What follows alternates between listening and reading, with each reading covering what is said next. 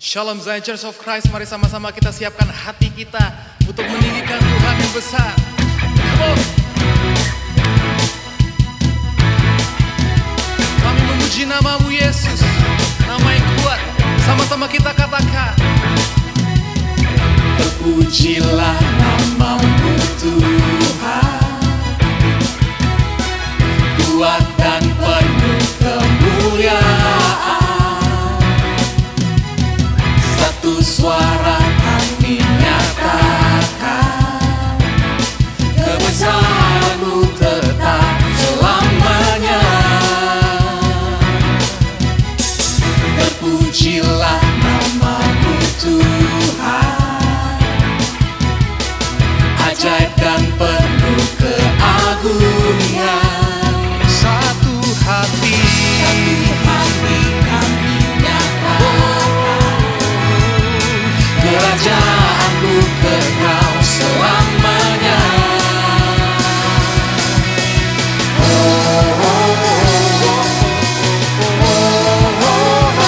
Engkaulah Raja atas dunia, yang menentukan kutuk dan membebaskan jiwa.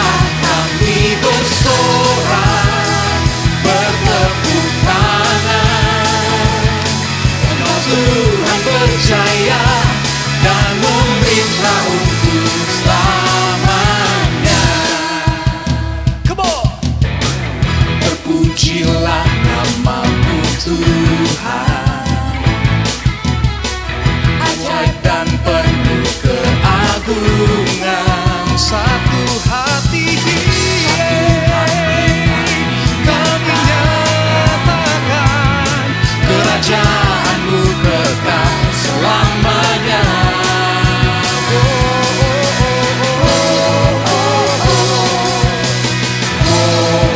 Semuanya. Engkaulah Raja atas dunia, yang menghancurkan kutuk dan membebaskan jiwa. Kami bersorak, bertepuk tangan, Engkau Tuhan berjaya dan memerintah untuk.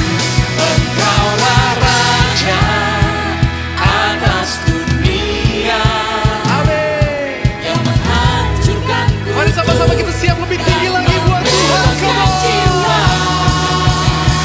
Engkaulah Raja atas dunia, yang menghancurkan kutuk dan membebaskan jiwa.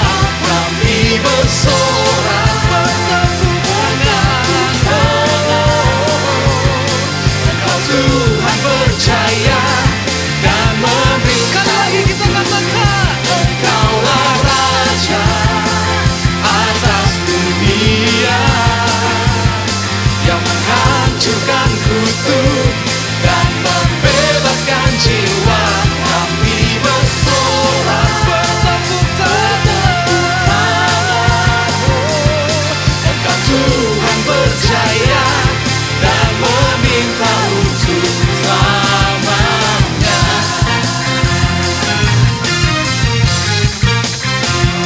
Mari sama-sama setiap kita yang percaya berikan sorak-sorai yang termulia hanya bagi Tuhan kita. Come on.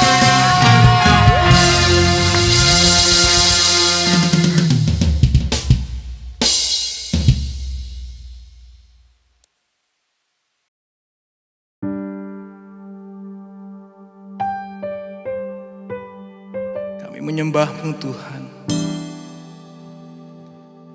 kami menyembah-Mu Yesus. Kami yakin Kau hadir di tengah-tengah kami. Ku menyembah dalam kudus hadirat-Mu, hampiri tahta kasih karunia-Mu Bapa.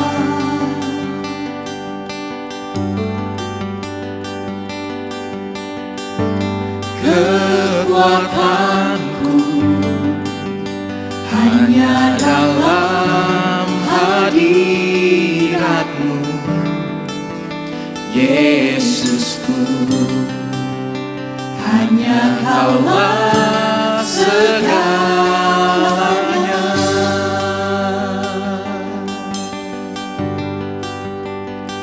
Ku yakin Kau hadir di sini, ku rasakan kuasa yang tak terbatas. Ku yakin Kau nyata di sini, kemenangan terjadi di sini. Oh, kembali bersama-sama kita mau katakan, ku menyembah dalam kudus hadirat-Mu, hampiri tata kasih karunia-Mu Bapa.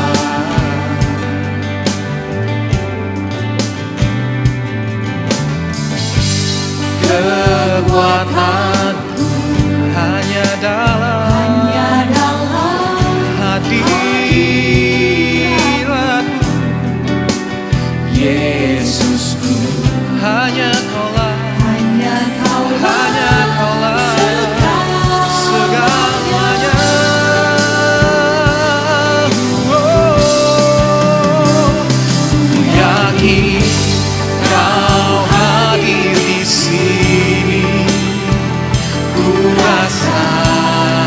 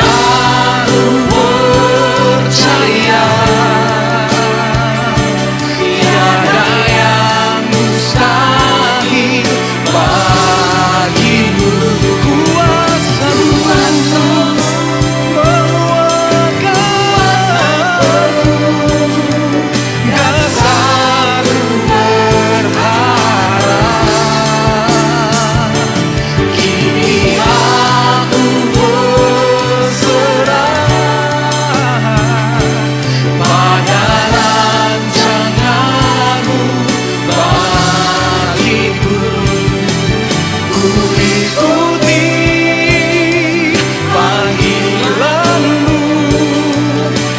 kan setia sampai akhir hidupku. Ku ikuti panggilanmu, ku kan setia sampai akhir hidupku.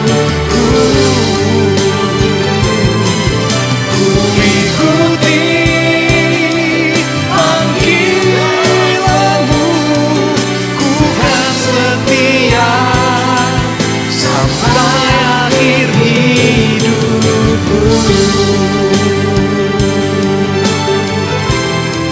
Yesus, kami mau setia seperti Engkau yang setia.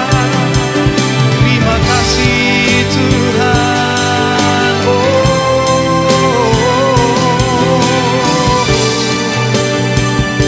Kami bersyukur Tuhan. Kami berterima kasih, kami menyembah. Haleluya, haleluya. Hai, selamat hari Minggu. Senang bisa menjumpai saudara kembali di hari Minggu ini. Tetap semangat, tetap bersuka cita bersama dengan keluarga saudara. Saya berdoa keadaan saudara bersama keluarga senantiasa dalam keadaan yang baik-baik saja.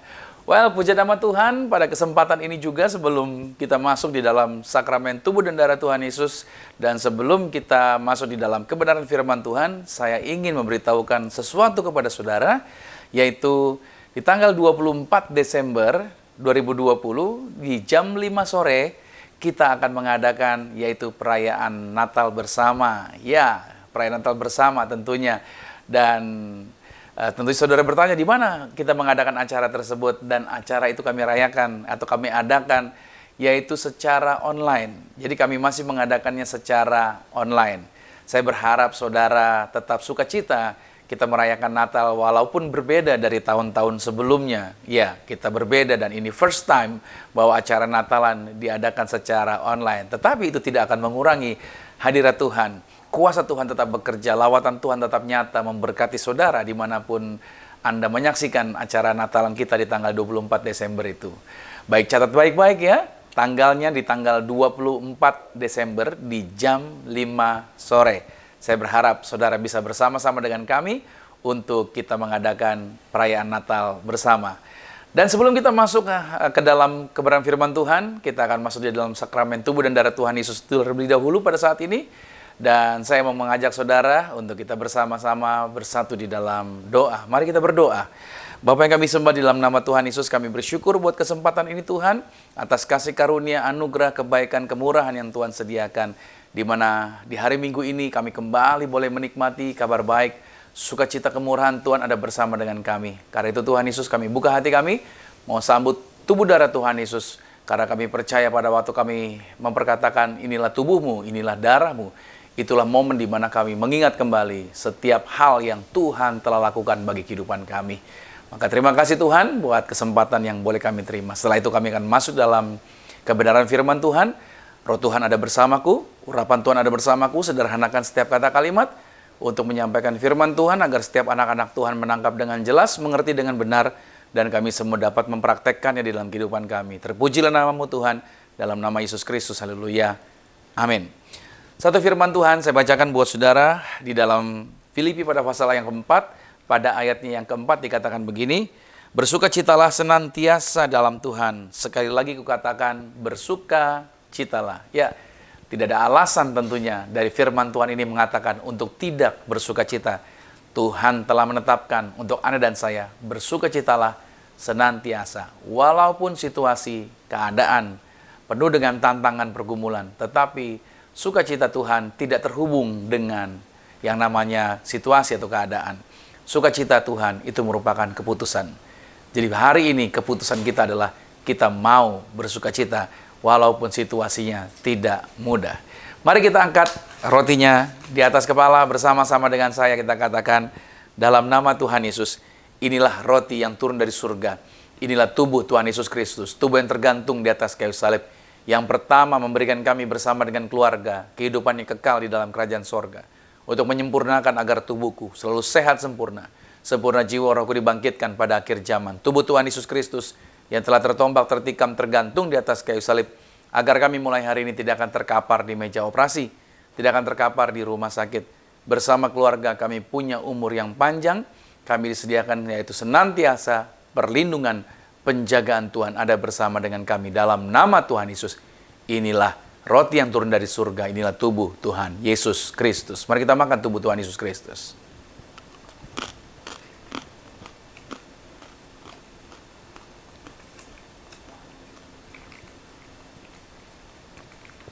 Anak-anak saudara juga boleh diberikan sakramen tubuh dan darah Tuhan Yesus dengan orang tuanya atau orang dewasa yang mengangkat, baru nanti diberikan kepada mereka. Mari sama-sama lagi kita angkat anggur ini, kita katakan dalam nama Tuhan Yesus, inilah darah Yesus Kristus, darah yang tercurah, darah yang tertumpah di atas kayu salib sebagai perjanjian yang baru dan yang kekal. Mulai hari ini bersama keluarga kami berjanji saling mengasihi, saling mengampuni, kasih mula-mula senantiasa ada di dalam keluarga kami. Maka oleh darah domba Allah kami dimeteraikan menjadi warga sorga. Kami percaya Tuhan, kami punya rumah di sorga. Kami punya rumah di bumi, kami tidak mengembara dimanapun kami berada melangkah, dijagai pasukan malaikat. Kami tolak santet, kami tolak kuasa gelap, kami tolak roh-roh jahat, kami tolak dukun-dukun, kuasa setan. Dihancurkan, dipatahkan, bahkan kami selalu sehat sempurna.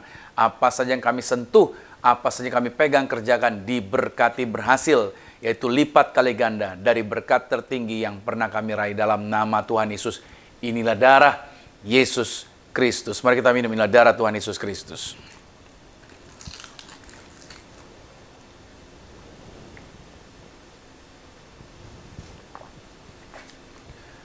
Mari kita angkat minyak ini juga, kita lepaskan perkataan kuasa, kita urapi diri kita urapi orang-orang yang bersama dengan kita. Bahkan dimanapun kita berada, tempat yang kita injak juga diberkati.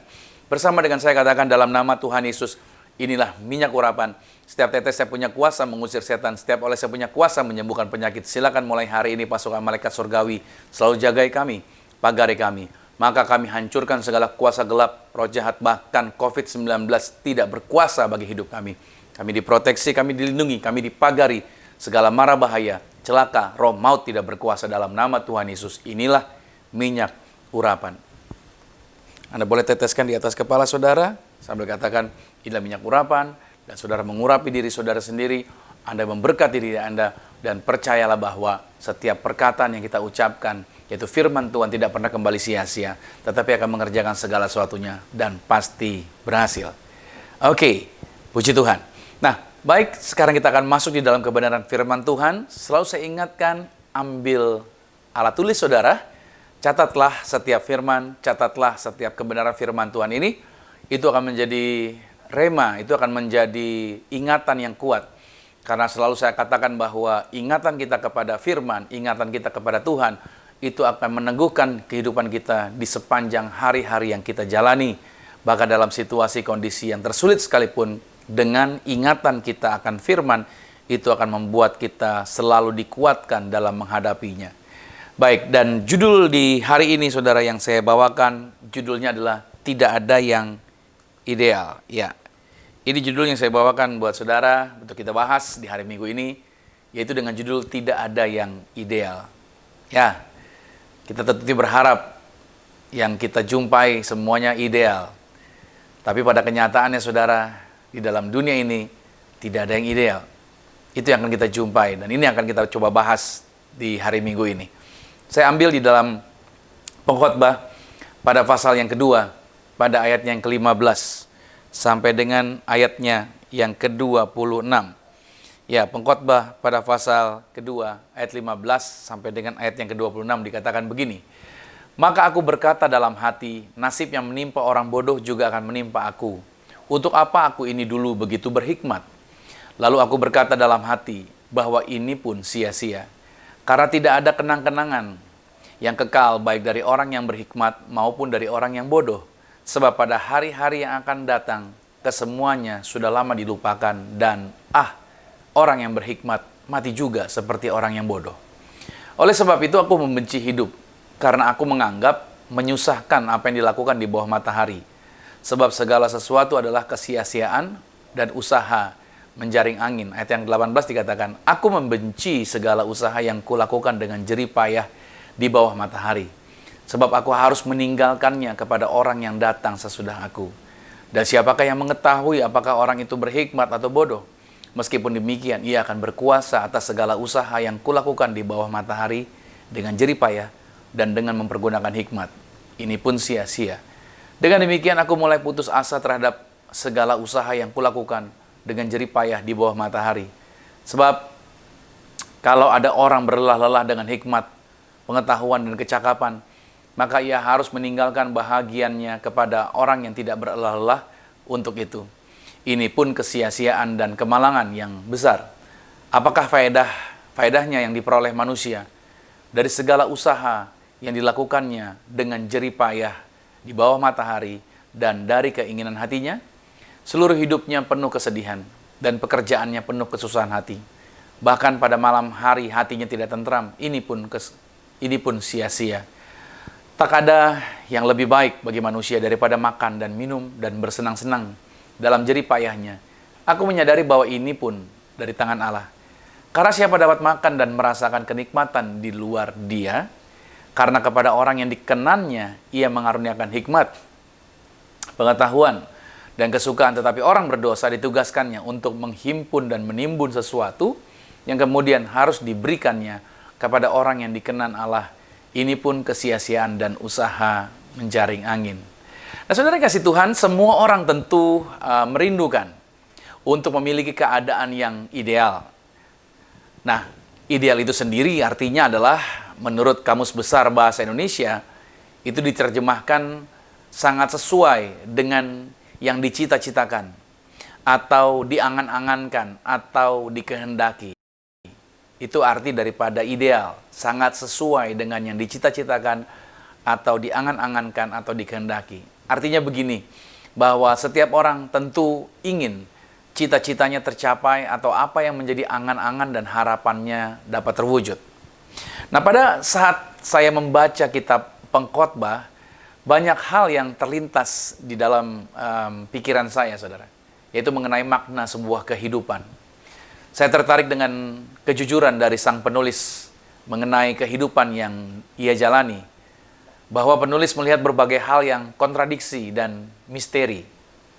Artinya banyak hal dalam kehidupan ini yang tidak memberikan jawaban yang penuh. Dan tampaknya penulis kitab ini seolah menuliskan situasi yang sepertinya tidak berpengharapan. Dan kalau kita mau jujur, sebenarnya dalam kehidupan ini memang sepertinya banyak hal yang tampaknya misteri atau tidak cukup memberikan jawaban mengenai berbagai hal dalam kehidupan. Contohnya seperti ini, mengapa ada orang yang berhikmat dan mengapa ada orang yang bodoh? Lalu mengapa ada orang yang kaya, lalu mengapa ada orang yang miskin?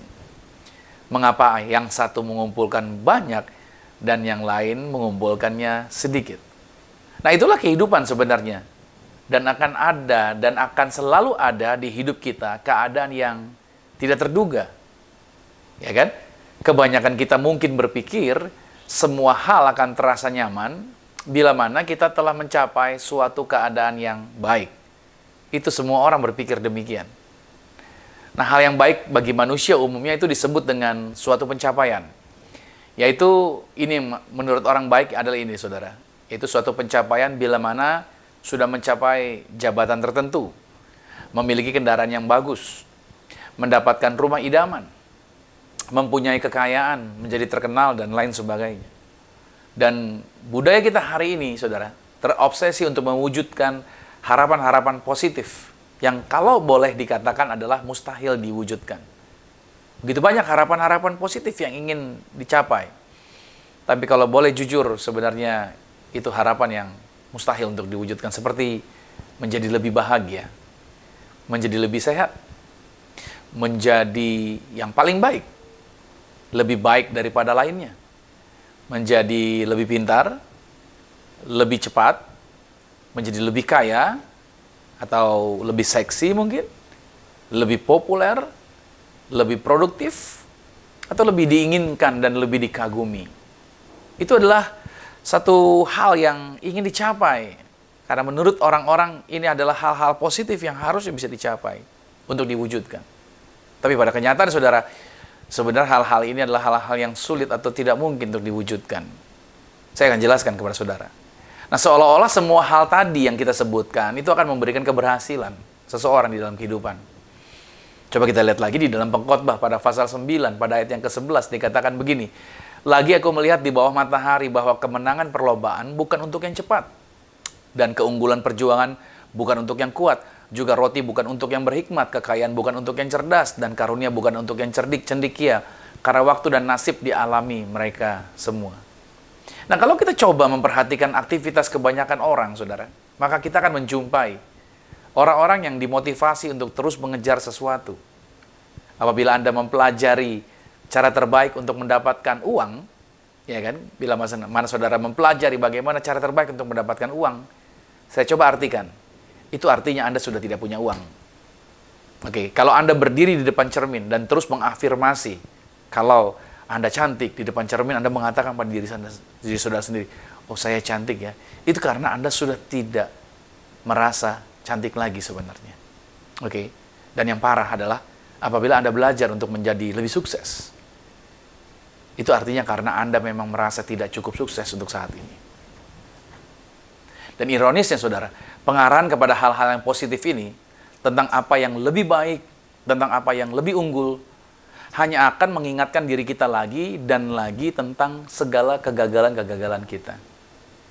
Orang-orang yang ingin lebih unggul, orang-orang yang ingin lebih baik, sebenarnya mereka sedang diingatkan bahwa mereka adalah orang-orang yang gagal. Masih ada, artinya apa saudara? Kekurangan apa yang seharusnya kita lakukan, tetapi kita gagal untuk mewujudkannya. Karena saya selalu katakan kepada saudara, kita bisa unggul di satu area, tapi kita akan bisa kalah di bagian yang lain. Artinya, kita akan selalu kekurangan. Kita selalu tidak bisa mencapai kesempurnaan tadi. Gitu loh saudara. Dunia ini telah mengajarkan bahwa untuk menyelesaikan suatu persoalan, itu dibutuhkan sesuatu yang lebih besar daripada persoalan tersebut. Tetapi Tuhan telah memberikan contoh bagaimana seorang Daud yang lebih kecil dari Goliat dibuat mampu untuk mengalahkan raksasa tersebut. Artinya, solusi atas suatu masalah itu bukan ukuran yang lebih besar dari masalah itu. Tetapi justru dengan sesuatu yang kelihatan lebih kecil. Yaitu caranya bagaimana? Cukup bergantung dan percayalah kepada Tuhan. Maka, ini paling penting. Kalau cara menyelesaikan masalah harus dengan sesuatu yang lebih besar, maka tidak semua orang yang akan mampu menghadapinya. Ya, tidak semua orang akan mampu menghadapi masalah tersebut. Tetapi sebaliknya, kalau dengan cara yang kelihatan sederhana, malah di situ ada jalan keluar. Ini memberikan petunjuk bahwa semua orang, termasuk Anda, mampu melakukannya atau bisa menang atas masalah saudara. Percayalah saudara. Tuhan tidak pernah suruh saudara atau cari solusi dengan cara yang besar. Tuhan selalu pakai hal-hal yang sederhana untuk menyelesaikan setiap persoalan kita. Ya kan? Lihat baik-baik cara Tuhan. Yesus saja lahir di tempat yang kelihatannya sederhana. Dari keluarga yang sederhana. Jadi cara-cara Tuhan adalah cara-cara yang kelihatannya sederhana. Tapi seringkali ini lolos dari pemandangan kita. Itu tadi karena kita terbiasa dengan dunia yang mengajarkan tentang sesuatu yang lebih besar dan lebih besar lagi. Semakin besar, semakin baik. Semakin lebih banyak, lebih baik. Semakin lebih luar biasa, itu lebih baik. Itu yang diajarkan oleh dunia. Sehingga kita lolos ketika kita coba memperhatikan hal-hal yang kelihatannya sederhana. Padahal di situ banyak jalan keluar yang Tuhan sediakan. Nah, saudara, kita ini hidup di dalam dunia yang penuh dengan pembuktian. Apalagi dengan adanya teknologi. Media sosial atau sosmed, segala aktivitas dapat kita posting di sana. Dan kita berusaha menunjukkan kepada orang lain siapa diri kita. Coba saudara perhatikan di media sosial. Atau saudara punya medsos. Anda pergi ke mana, ada foto di situ, ada pasang video, lalu Anda posting di timeline saudara. Di feed-nya saudara. Setiap kali berangkat kemana, Anda posting di situ. Setiap kali berangkat kemana, Anda taruh di situ. Anda berusaha memperlihatkan kepada semua orang bahwa di masa-masa COVID orang nggak bisa jalan-jalan, Anda bisa jalan-jalan. Anda sedang menunjukkan kepada orang banyak mungkin bahwa nih keren kan, saya bisa ke sini, saya punya tempat di sini, saya bisa wow gitu saudara. Mereka banyak orang hari-hari ini memang dunia mengajarkan demikian untuk menunjukkan. Persoalannya, kalau orang dunia melakukan seperti itu, ya sudahlah. Tapi ini kebanyakan orang-orang yang di dalam Tuhan pun yang sudah bertobat katanya, masih mempraktekkan model seperti itu. Nah, saudara, sebenarnya kita nggak perlu menunjukkan sama orang. Kalau kita kaya, kita nggak perlu menunjukkan bahwa saya ini kaya loh, gitu.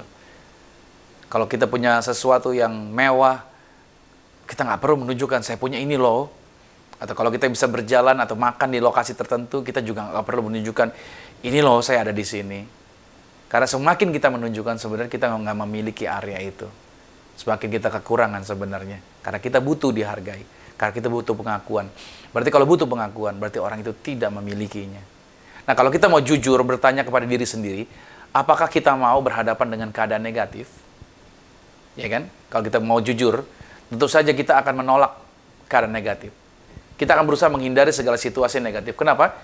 Karena menurut kita pengalaman negatif itu sangat tidak baik. Padahal pada kenyataannya, saudara, kita akan selalu berhadapan dengan situasi yang negatif. Persoalannya bagaimana cara kita menghadapinya. Bukan bagaimana kita nggak memiliki situasi negatif.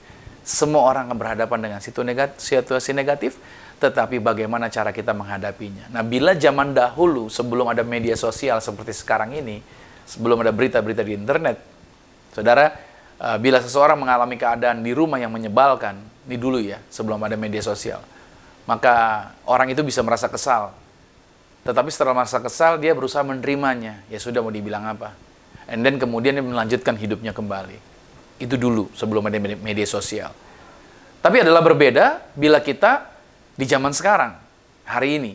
Bila kita sedang kesal dengan kondisi hidup kita, belum sampai 5 menit ya, belum sampai 5 menit, maka media sosial dan berita-berita di internet akan membombardir kita dengan 350 gambar orang-orang yang posting di dunia maya dengan wajah senyum, dengan wajah bahagianya, dan sedang berada di lokasi yang hype, di lokasi yang super, atau zaman sekarang orang sebutnya dengan lokasi yang mewah gitu, saudara. Dan lalu akhirnya setelah Anda melihat postingan orang-orang tersebut, Anda merasa menjadi orang yang paling merana di dunia, dan Anda mulai menyesali diri dan merasa terpuruk. Lihat baik-baik. Media sosial itu hal yang bisa dipakai untuk hal yang baik, tetapi hati-hati juga dengan media sosial ini. Kenapa? Karena mereka bisa juga menjadi alat yang bisa membuat seseorang menjadi terpuruk pada saat dia sedang mengalami kesusahan. Dia melihat orang lain kayaknya bahagia ya. Saudara, gambar bisa menceritakan sejuta perasaan, istilahnya gitu, saudara. Itu tidak bisa menceritakan keadaan sesungguhnya dari sebuah gambar. Atau seorang pria yang digambar sedang mencium istrinya. Apakah kita langsung bisa berkata, oh rumah tangganya bahagia loh, oh dia bisa jadi panutan loh. Saya cuma mau katakan bahwa saudara, gambar bisa diartikan berbagai macam cara. Kita nggak tahu arti sesungguhnya orang itu seperti apa. Dunia, saudara, dunia kita berada hari ini telah mencecar kita bahwa kehidupan yang baik adalah lebih dan lebih banyak lagi. Itulah sebabnya orang-orang yang ikut suatu bisnis, perhatikan baik deh. Orang-orang yang ikut suatu bisnis tertentu, ketika dia mencapai level tertentu, maka akan terus diarahkan untuk, ayo, tingkatkan lagi, ayo, lebih lagi. Dan terus lebih lagi. Artinya apa? Seolah-olah sedang dikatakan, keadaan kamu yang sekarang ini tidak baik. Itu harus dibuat lebih baik lagi. Akhirnya, kita berlelah-lelah untuk mengejar terus, lalu terus menambahkan pengetahuan dan segala kemampuan yang pada akhirnya semua yang telah dia peroleh, semua yang telah dia kumpulkan pada waktu dia meninggal, itu akan diteruskan oleh orang lain yang nggak perlu bersusah-susah seperti yang dia lakukan. Itu yang pengkhotbah katakan di dalam pengkhotbah 2 ayat 21, sebab kalau ada orang yang berlelah-lelah dengan hikmat, pengetahuan dan kecakapan, maka ia harus meninggalkan bahagiannya kepada orang yang tidak berlelah-lelah untuk itu. Ini pun kesia-siaan dan kemalangan yang besar.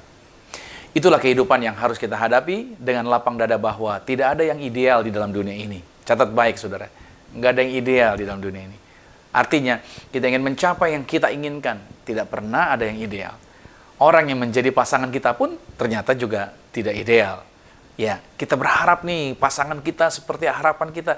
Pada kenyataannya ternyata pasangan kita juga tidak ideal. Tetap ada kelemahan. Oke, tetap ada kekurangan. Dan mereka juga dapat menimbulkan masalah dalam kehidupan kita. Oke, tetapi kita tentu mengharapkan kehidupan yang tanpa masalah. Ya, kita mengharapkan demikian. Ya, itu adalah suatu harapan yang sangat baik. Tetapi persoalannya adalah kehidupan ini tidak pernah lepas dari masalah. Pada saat kita berhadapan dengan masalah, ya kan? Lalu ada solusi yang diberikan. Bila kita berhadapan dengan masalah, kita butuh solusi. Dan ketika kita mendapatkan solusi yang diberikan, maka yang terjadi selanjutnya adalah akan timbul masalah yang baru lagi. Artinya, solusi atas suatu masalah hanya akan menimbulkan masalah-masalah lainnya lagi. Nanti saya akan perjelas di bagian-bagian poin saya. Nah, artinya ketika kita tahu bahwa di dalam kehidupan ini tidak ada yang ideal, oke, nggak ada yang ideal, nggak ada sesuai dengan cita-cita kita yang kita mau harapkan persis seperti yang kita mau, atau tidak sesuai dengan angan-angan, tidak sesuai dengan cita-cita, maka sikap kita harusnya seperti apa sih? Saya coba membantu saudara ya dari bagian ini agar saudara jangan kecewa dengan segala situasi yang terjadi di sekitar saudara. Kita sebagai, minggu lalu saya berkata tentang manusia Allah, kita sebagai anak Tuhan, kita harus berpikir dewasa, karena kekristenan itu, yaitu yang dicapai adalah kedewasaan, saudara. Dan ini perlu dipersiapkan. Gereja punya tugas untuk mempersiapkan jemaatnya. Bagian saya sebagai gembala sidang adalah mempersiapkan anak-anak Tuhan, termasuk saudara yang menyaksikan acara ini, untuk didewasakan. Nah, ini yang perlu kita sikapi pada waktu segala sesuatu yang ada di kehidupan kita, kita tahu bahwa itu tidak ada yang ideal. Maka yang pertama, ini sikap kita yang seharusnya adalah tidak semua hal adalah penting. Garis bawahin, atau tulis catatan saudara. Tidak semua hal adalah penting. Nah saudara, apa maksud saya tidak semua hal adalah penting? Bahwa kita harus memilih apa yang kita mau pedulikan. Kita nggak bisa pedulikan semua area. Ya kan? Kita harus memilih apa yang kita mau pedulikan. Apa yang mau kita pilih. Sehingga kita dapat mengabaikan hal-hal yang tidak terlampau penting. Persoalannya ini seringkali dalam rumah tangga. Cara pandang pria, cara pandang wanita beda. Wanita itu kalau memandang semua area, dia pandang semuanya. Makanya yang paling banyak kepo adalah siapa? Wanita. Dia mau tahu semua segala sesuatunya. Itulah dia sebenarnya. Nah, itu membuat lelah sebenarnya. Kalau kita harus konsentrasi kepada segala area. Artinya, poin saya yang pertama adalah tidak semua hal adalah penting. Kita harusnya memperdulikan apa yang kita mau pilih untuk kita fokuskan di area tersebut. Dan kita harusnya mengabaikan hal-hal yang lain yang tidak terlampau penting. Filipi 3 pada ayat yang ke-7 dikatakan begini. Tetapi apa yang dahulu merupakan keuntungan bagiku, sekarang kuanggap rugi karena Kristus. Malahan segala sesuatu kuanggap rugi karena pengenalan akan Kristus Yesus Tuhanku lebih mulia daripada semuanya itu. Oleh karena dialah aku telah melepaskan semuanya itu dan menganggapnya sampah supaya aku memperoleh Kristus. Paulus sejak menjadi pengikut Kristus, dia begitu banyak berhadapan dengan kesulitan. Banyak sekali kesulitan yang dia hadapi. Tetapi yang membuat Paulus berhasil, itu kenapa? Yaitu adalah karena perhatian Paulus tertuju kepada sesuatu yang jauh lebih penting dari kesulitan yang dia hadapi. Semua kita akan berhadapan dengan kesulitan. Semua kita berhadapan dengan persoalan. Tapi hari ini saya katakan kepada saudara, kita belajar dari Paulus bahwa kalau kita mau berhasil melewatinya, maka kita perlu untuk memberikan perhatian kita pada sesuatu hal yang jauh lebih penting daripada kesulitan yang kita hadapi. Kalau kita melihat kepada pribadi, yaitu juru selamat kita, Yesus Kristus, dia sudah menyediakan jalannya, dia sudah mati buat Anda dan saya, korban dengan tubuh dan darahnya. Dia menjaminkan bahwa kehidupanmu di bumi sama seperti di sorga. Saya percaya seharusnya kita bisa melangkah lebih hebat, kita bisa melangkah lebih lagi, maksud saya. Kita harusnya bisa melewati masalah-masalah tersebut. Kita harusnya tidak terganggu dengan situasi keadaan sekitar kita. Dan ini menjadi penting. Karena kalau kita hanya berhadapan dan memikirkan semua area persoalan, kita nggak pernah bisa maju, saudara. Kita akan stuck di tempat. Tapi hari ini saya mau katakan kepada saudara, belajar dari Paulus, untuk kita sebagai poin yang pertama, mengatakan tidak semua hal adalah penting. Dan Paulus melakukan area tersebut, dan Paulus bisa. Poin saya yang kedua adalah, yaitu apa yang harus kita sikapi kalau memang situasi yang kita jumpai adalah tidak ideal di dalam kehidupan ini. Berarti poin yang kedua yang kita lakukan adalah belajar untuk menerima rasa sakit. Belajar untuk menerima rasa sakit. Maksudnya bagaimana? Kita lihat dulu Ibrani 2 ayat 18. Sebab oleh karena ia sendiri telah menderita karena pencobaan, maka ia dapat menolong mereka yang dicobai. Yesus telah menjalani suatu kondisi yaitu untuk menerima rasa sakit. Berbagai situasi negatif ia harus hadapi. Sampai dia juga sebelum naik ke atas kayu salib, dia harus menerima untuk dikhianati oleh muridnya. Dan itu sesuatu yang menyakitkan tentunya, kalau kita sadari bahwa kita ada di posisinya Yesus. Nah, saudara, menjadi orang percaya dalam situasi apapun, kita harus siap dan rela untuk berhadapan dengan yang namanya rasa sakit. Entah itu secara emosional atau secara psikis. Tapi yang saya mau tekankan adalah rasa sakit secara emosional atau secara psikis itu justru akan menjadi baik, atau itu menyehatkan, atau itu perlu sebenarnya bagi kehidupan kita. Kenapa saya katakan itu menyehatkan? Kenapa itu saya katakan perlu? Seperti halnya jari kaki kita. Kalau jari kaki kita terantuk dan kepada meja, tersandung meja, itu akan mendidik kita untuk kita tidak mau lagi tersandung oleh meja tersebut. Karena kita pernah merasakan sakitnya. Kaki kita terantuk kepada batu. Dan rasa sakit itu sendiri juga untuk melindungi Anda. Makanya saya katakan tadi, itu bermanfaat. Itu baik buat kita. Kenapa? Karena kalau saudara tidak merasakan sakit, begitu tangan saudara menyentuh sebuah panci yang sedang dimasak di atas kompor, dan Anda tidak ada respon rasa sakit, saudara, itu bisa berbahaya. Itu bisa menghancurkan tangan saudara. Itu bisa menghanguskan tangan saudara. Tapi justru dengan adanya rasa sakit itu, tangan saudara jadi terselamatkan, tidak terbakar. Artinya, rasa sakit itu diperlukan. Kenapa? Karena itu untuk menjaga kita juga.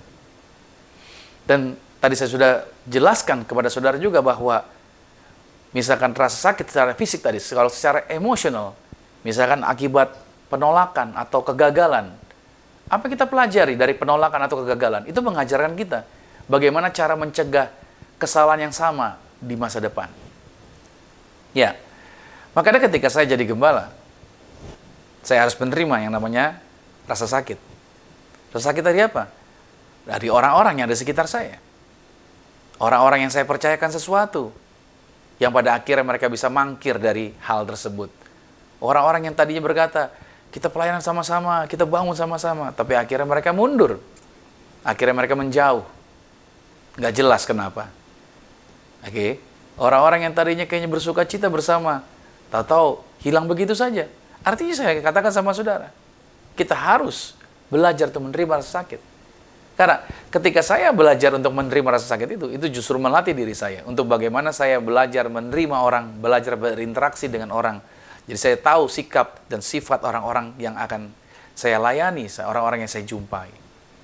Dan itu melatih sistem internal saya untuk saya belajar untuk kerendahan hati lagi.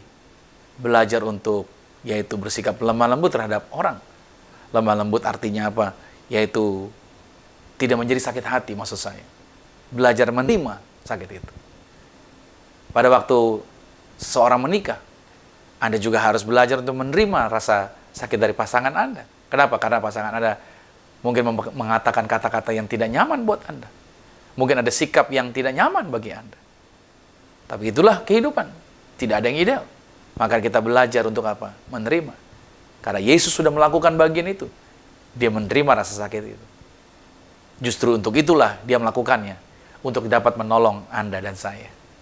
Sehingga kita bisa menjalani kehidupan ini dengan sukacita. Ada amin? Ya. Itu bagian yang kedua. Bagian yang ketiga kita perlu pelajari dalam tidak ada yang ideal di dalam kehidupan ini adalah kebahagiaan terjadi dari memecahkan masalah. Kebahagiaan terjadi dari memecahkan masalah. Ya. Dalam Matius 6 ayat 34 dikatakan, sebab itu janganlah kamu khawatir akan hari besok, karena hari besok mempunyai kesusahannya sendiri. Kesusahan sehari cukuplah sehari. Nah, kita tentunya mengharapkan kehidupan yang tanpa masalah. Tadi di awal sudah saya sempat jelaskan sedikit. Ya, itu adalah suatu harapan yang baik. Tetapi saudara yang kasih Tuhan, Yesus telah memberitahukan kepada kita bahwa kehidupan ini tidak pernah lepas dari masalah. Tadi ayat tadi mengatakan, kesusahan sehari, cukuplah sehari. Besok, ada kesusahan yang lain. Artinya apa? Selesaikanlah masalahmu hari ini, maka engkau akan bahagia. Jadi kalau kau ketemu masalah, yang membuat kau bahagia adalah bukan karena nggak ada masalah. Jadi kalau saudara datang sama saya, pendeta tolong doakan agar saya nggak ada masalah. Saudara, saya takut kalau saya berdoa buat saudara. Kenapa? Karena kalau saya berdoa buat saudara agar saudara nggak ada masalah, maka saudara akan pindah tempat.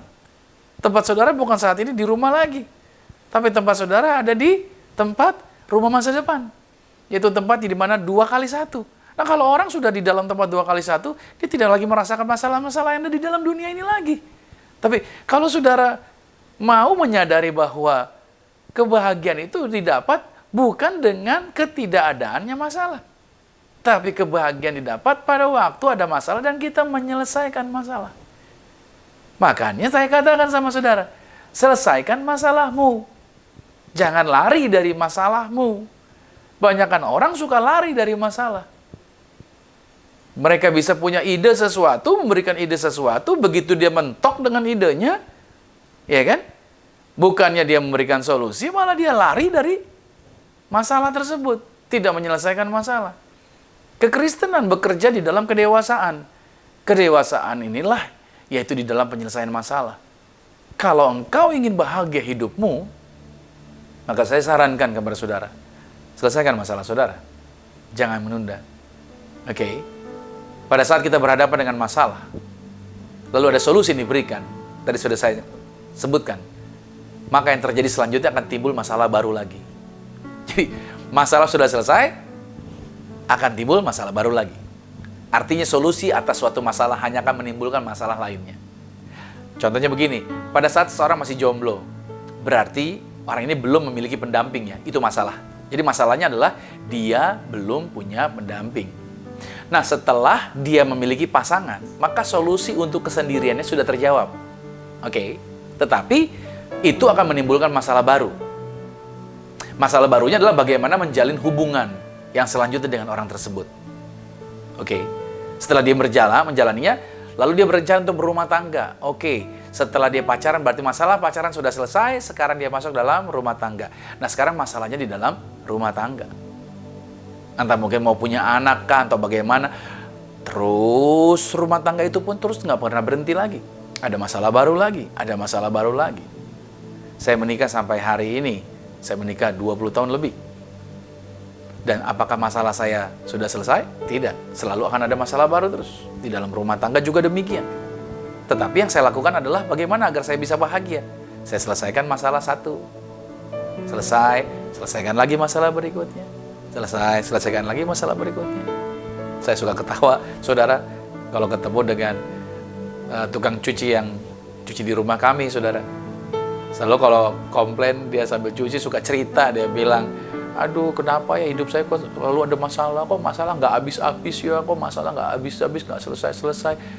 Itulah hidup. Kalau masalahmu habis, masalahmu selesai, ya selesailah hidupmu. Masalahmu habis, ya habislah hidupmu, gitu loh. Tapi kalau engkau masih mau merasakan hidup, ya selesaikan setiap masalah yang ada. Oke, makanya jangan pernah berusaha hidup tanpa masalah. Karena setiap hari akan ada masalah. Masalah tidak pernah berhenti. Oke, mereka hanya datang silih berganti dan atau masalah itu meningkat dari level yang sebelumnya. Masalah yang saya hadapi pada waktu saya menjadi pemimpin pujian berbeda ketika saya menjadi pembicara. Masalah saya jadi pembicara berbeda lagi ketika saya sekarang menjadi gembala. Jadi artinya selalu akan ada problem, selalu akan ada masalah. Tapi jangan takut. Tuhan memberikan kita hikmat, kemampuan untuk kita bisa menghadapi masalah itu dan kita bisa menyelesaikannya. Karena pencobaan yang kamu alami adalah pencobaan yang biasa, tidak pernah melebihi kekuatan kamu. Haleluya. Saya hendak membuka pikiran saudara agar saudara terbuka pikiran saudara, agar saudara mengerti bahwa masalah nggak perlu takut dengan masalah, karena semua orang menghadapi masalah tersebut. Saya beri tulisan ini buat saudara. Jadi kebahagiaan datang dari keberhasilan untuk memecahkan masalah, bukan menghindari masalah. Kebanyakan orang justru senangnya menghindari masalah. Selesaikanlah masalahmu hari ini, maka engkau akan berbahagia. So, apapun masalah Anda, konsepnya sama. Selesaikan masalah, and then lalu berbahagialah. Bilang amin. Yes, haleluya. Yang keempat, saudara, yaitu yang perlu kita lakukan adalah kita perlu menyadari ini, bahwa kita tidak istimewa. Banyak orang berpikir bahwa dirinya istimewa. No. Kita tidak istimewa. Filipi 3 ayat 12 dikatakan begini. Bukan seolah-olah aku telah memperoleh hal ini atau telah sempurna, melainkan aku mengejarnya. Kalau aku dapat juga menangkapnya. Karena aku pun telah ditangkap oleh Kristus Yesus. Saudara-saudara, aku sendiri tidak menganggap bahwa aku telah menangkapnya. Tetapi ini yang kulakukan, aku melupakan apa yang telah di belakangku. Dan aku mengarahkan diri kepada apa yang di hadapanku. Dan berlari-lari, lihat kata-katanya, dia terus lakukan kepada tujuan untuk memperoleh hadiah. Yaitu panggilan sorgawi dari Allah dalam Kristus Yesus. Kristus Yesus Tuhan kita. Paulus ini seorang pelayan yang memiliki latar belakang yang hebat. Dalam pendidikannya, dia hebat. Dalam karirnya, dia luar biasa.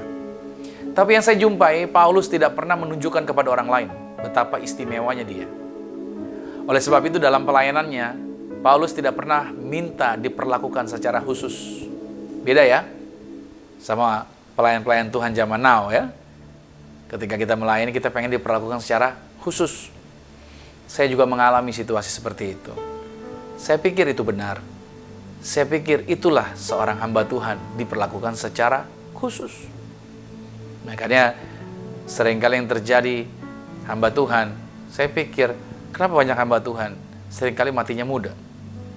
Ternyata saudara, hamba Tuhan seringkali diperlakukan secara khusus. Kalau masuk ke gedung gereja yang bertingkat tertentu gitu saudara ya, pendeta naik lift, jemaat naik tangga gitu saudara. Kalau jemaat bawa barang sendiri, kalau pendeta jalan tasnya dibawain, dia lenggang sendiri seperti itu. Jadi seringkali pendeta lebih diperlakukan secara khusus.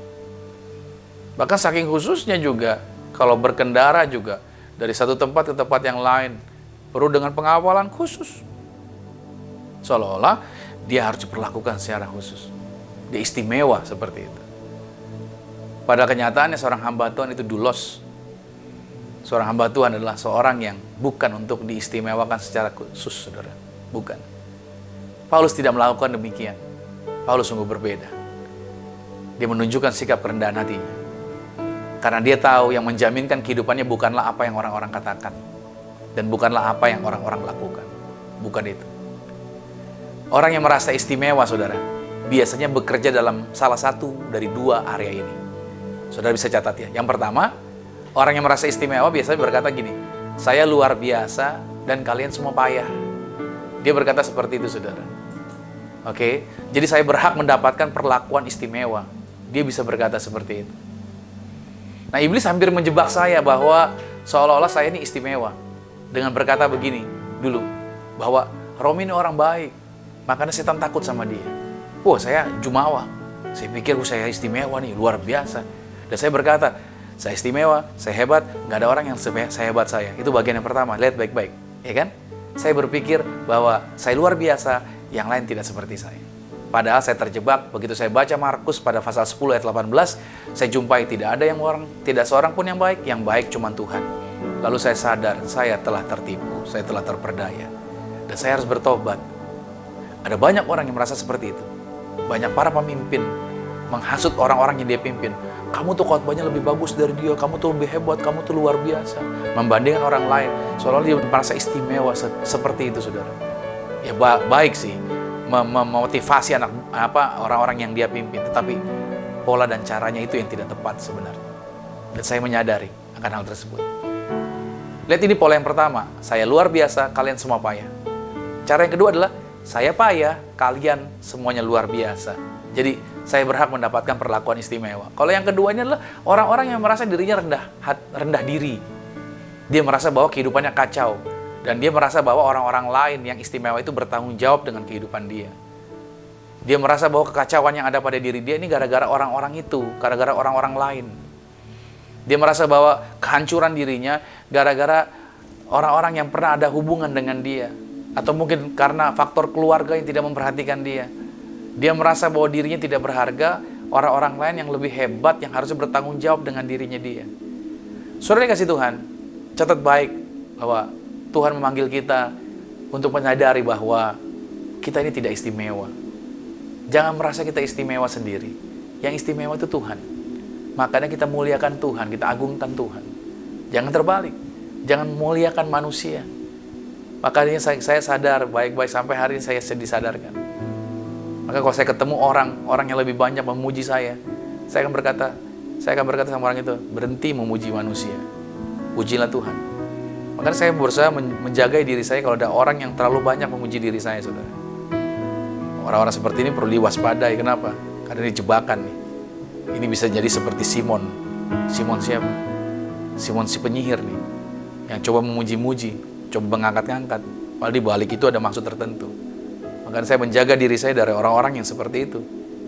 Yang cuman bisa coba-coba memuji-muji, mengangkat-ngangkat. Padahal di balik itu ada sesuatu yang punya agenda tertentu. Dalam artian, saya harus menjaga diri saya. Agar saya tidak terhanyut, terjebak dalam situasi yang salah.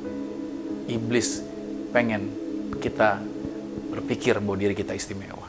Saudara kasih Tuhan, saya berdoa buat saudara bahwa di hari Minggu ini kita belajar bahwa di dalam hidup ini tidak ada yang ideal. Kalau memang tidak ada yang ideal, artinya kita belajar untuk menerima 4 poin ini kita lakukan dalam kehidupan kita.